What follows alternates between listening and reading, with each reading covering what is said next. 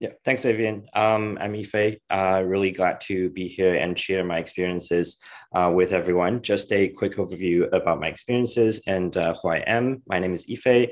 I really enjoy going hiking with friends. On the artistic side, I play violin, but I'm a terrible drawer. I'm very interested in psychology and cognitive science.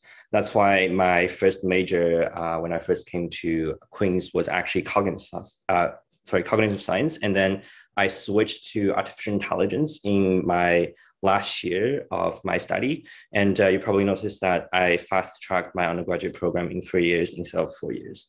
And when I was in school, I participated a lot of events, especially student government or research or conferences. And right after I've graduated, COVID has already been in Canada for a while, and sometimes I call myself the class of COVID. And there was a lot of challenges trying to find a job because I didn't have any internships during my undergraduate career. And so I decided to found a company called With the Weight, which is currently a part of the Next 36 incubator program in Canada. And I'm the lead software engineer in that company for about a year until this year. I found a job at a company called Snap Commerce, and I'm a software engineer who primarily work on the backend data engineering. And throughout my life here in Canada, I always used what I call a cycle of progress to help me navigate through the environment and adapt to new environments and new trends. To be honest, this is completely anecdotal.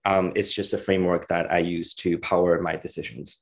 And I slowly developed this framework. And I definitely do believe that it has played a significant role in my own development. That's why I'm here to share with you guys about this framework. So there are 3 steps in the framework. The first one is awareness. The second one is taking the action. And the third one is evaluating your action. And actually, these steps are exactly how artificial neural networks learn patterns in data. For example, the first step is data processing, and then the second step is training, and the last step is evaluation. All right, let's jump right into the first one, which is awareness. This one refers to being aware of the current state. So this one includes, for example, both the state of the world and the state of yourself. To break down this point further, there are 3 components: visibility, resources, and the self. Visibility refers to what information do you have access to. For example, in Tony's talk, he mentioned gathering information about job postings. So that's an example of this. And for a lot of the decisions that you'll be making, understanding the current situation is far from sufficient. You also need to understand how they interact with each other and what are the outcomes of those interactions. In other words, understanding what the future will look like is important. This is very crucial, especially in long-term planning, such as course planning or career planning, as the outcome of those things can only be evaluated after a longer period of time.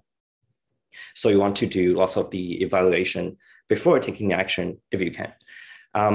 For a computer science student or pretty much any kind of professional job, understanding the industry trend would give you a great advantage.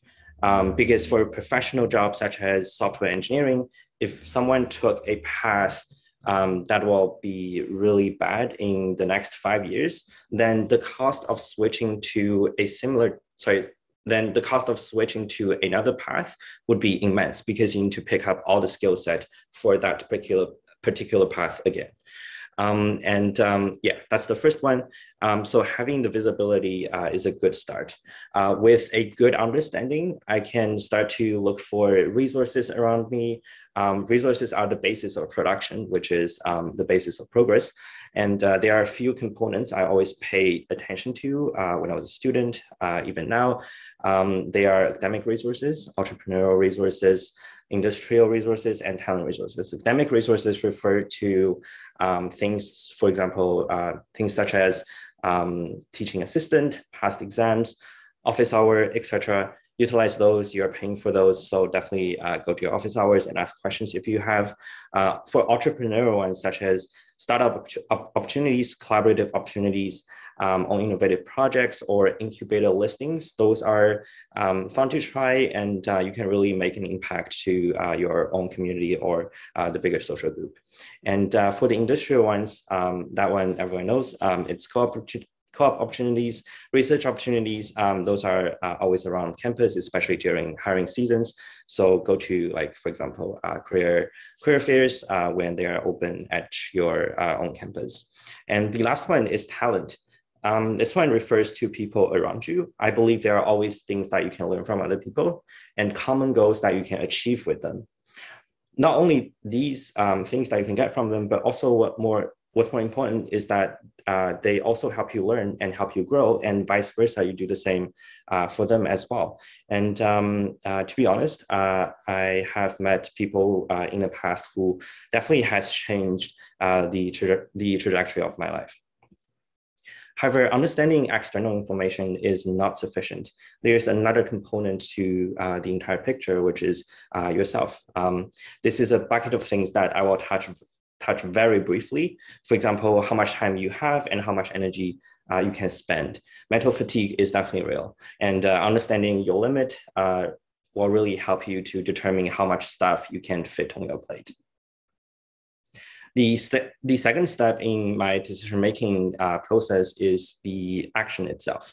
I found it really helpful to start something on a positive note, regardless of how difficult the process will be or looks like.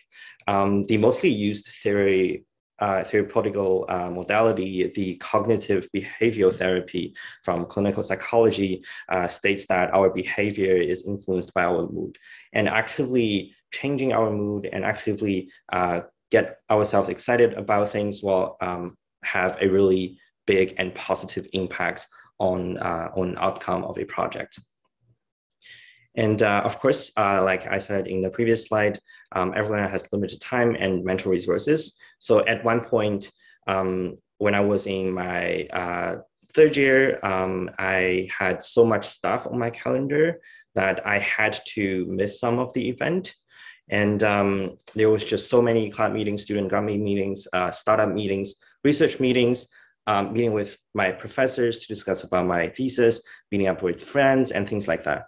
And from that period, I learned the importance of actively evaluating how much impact an action would generate, and then choose which ones to sign up for. So the ideal situation would be an action that can have multiple positive impacts in your life, instead of, for example, one action having one impact in your life. Sometimes some options might sound really intimidating, and it sounds like not many people would choose that route, but I found it to be helpful to actually try some of them out, and sometimes even changing my path or making new paths or different paths for myself. However, sometimes you'll find certain paths just won't work for you. That's completely fine. Discovering what works and what don't work help you to understand different ways of life and what people with different backgrounds think and what kind of things they're going through. When I'm working or doing tasks, I tend to identify different components of tasks early on. And that brings to the next point I want to talk about, which is excel in one area. I found it really helpful to choose to spend more time in one of the components. For example, early in my research career in deep learning, I chose to focus on the topology of natural language tokens in the latent space. And that sounds really specific, but in research, it's not that specific. Having that very specific skill not only helped me to do better work, but it also helped me to build confidence among my peers, and that confidence can be carried to different areas of your career. The last step in my decision-making cycle is evaluation. In machine learning, this step is also known as the evaluation step or the backpropagation step for machine learning guys out there. This step is to evaluate what can be improved in the next cycle. A few takeaways are, the first one is be critical about yourself. I understood that it is not possible to have a perfect human, but it is very possible for anyone to improve themselves. And having this growth mindset really helped me to improve myself over time. I kind of see my mind as a container of thoughts, and my actions are just product of these thoughts interacting with the environment. And in order to improve my actions, one way to do it is to replace these suboptimal thoughts with better ones. And this mindset really helped me to focus on improving my methodology without being judgmental towards myself. But be careful about abusing this mindset. I'm still really young in my career, and I have and I will keep making mistakes. Although the consequences of these mistakes are trivial when I'm in my 40s or 50s, but trying my best to prevent mistake from happening should always be the standard to be held. Otherwise, the accumulation of mistakes excused by I'm still young would be significant over time. The same point is illustrated in Jason's slide in his fail fast section. Fail fast, learn from it, and improve. There are many considerations in evaluating the framework of coming up with decisions I could talk about, but the takeaway here is calibrate and improve the decision-making progress as much as you can, both when things went wrong or went well, because there's always room for improvement. After coming to Canada, I started to thinking more and more about mental health and the impact of my decision on other people. Evaluating my mental health helped me to be aware of my own mental state in the next decision-making progress in terms of the awareness step. In terms of social impacts, this is really just a personal opinion. I believe the future we'll be building is a future where the interest of all stakeholders has been evaluated. For example, ads makes a lot of money, but is our current model of exploiting privacy without explicit consent really sustainable? I think if I want to make successful decisions, I need to really think about my impact on all stakeholders in as much as details as possible. And that's a crucial component in my evaluation step. I actually highly recommend a book called The Stakeholder Capitalism. It's by the executive chairman of the World Economic Forum, if you want to learn more about this system. Next, I want to address some of the pain points international students encounter when they first come to Canada, because by talking to the hosts, I realized that lots of people in this session are international students and have a international background. I came here just for undergrad, so this is my 4th year in Canada, and I still remember the first day I came here. All I said in the restaurant were yes, because I actually had no idea how restaurants work here and what kind of items are on the menu. And to be quite frankly, the menu to me was just a alfragetti soup. What I did was I took down my anxiety and decided to talk to other people when I had a chance to, making friends from my Frosh group, going to events, and actually participating in team activities and talk to each other. Those things really helped me to clear the barrier between myself and my classmates. Basic communication is just a part of the barrier. Communicating culture component is another one. What I noticed that is being verbal about my feelings and thoughts are really encouraged and respected here. Maybe you need great courage to share your truthful opinion. In other countries, for example, the country I came from, you don't really need to share, you don't need to feel anxious about sharing your thoughts here. It's kind of blessed, to be honest. Apart from the verbal communication, I also started to actively improving my writing skill, and that's the literal part of the language. For both formal and informal writing. For example, formal ones are academic writing in a psychology or philosophy test or any kind of test, email to a professor, cover letter for a job, etc. Informal ones are, for example, texting your friends or just speaking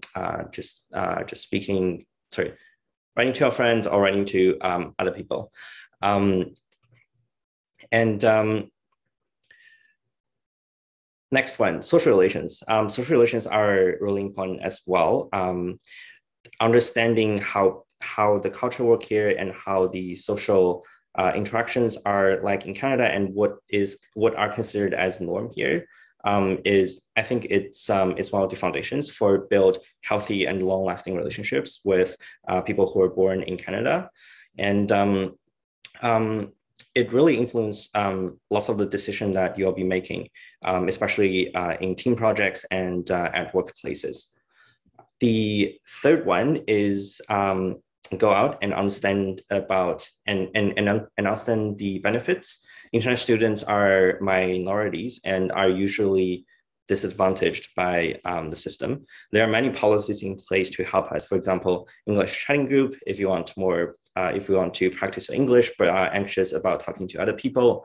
Some awards are exclusively offered to international students. You can check more information about that from your school's website.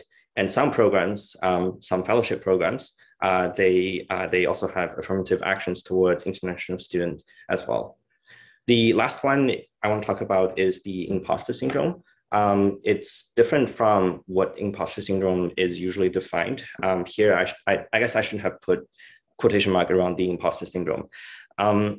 So imposter syndrome here means different, like you're the imposter among everyone else. When I first came here, I felt I'm different from my peer because of my nationality. Growing up in a place where nationality is placed above your personality really facilitated that. But in reality, I can pretty much say that I've never encountered in a situation where my nationality made a difference. There are many things about us that resonates with Canadian-borns. For example, who doesn't like bubble tea? The key takeaway here is to be open, be brave, and be vocal and stand up for us international students. A quick example here, I was called to be an illiterate by one of my professors when I was in my second year. And my English was not that bad to the point where I couldn't read. But I felt being judged because of my language background. So that's an example of someone exploiting my my identity and use it against me. I think this is proportional to the number of people you will be interacting with. There's always this small proportion of people who will be judgmental and who want to exploit that part of you. But I had been keeping up with my faith in my own ability and trying my best to dismiss these kind of unwanted and personal judgment from other people.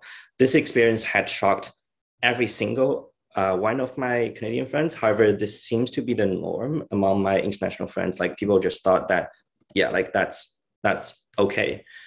This is simply because oftentimes the voices from international students can't be heard because we are the more silent ones usually. We tend to attribute these kind of judgments towards ourselves and think we're not good enough. But in reality, it's just an attribution error that should not be happening at the first place and needs to be corrected by us when it happens. So to the international students in this talk, don't feel like you are the imposter among your Canadian classmates. We're all people trying to live a happy life with a lot of common goals. Yeah, thank you.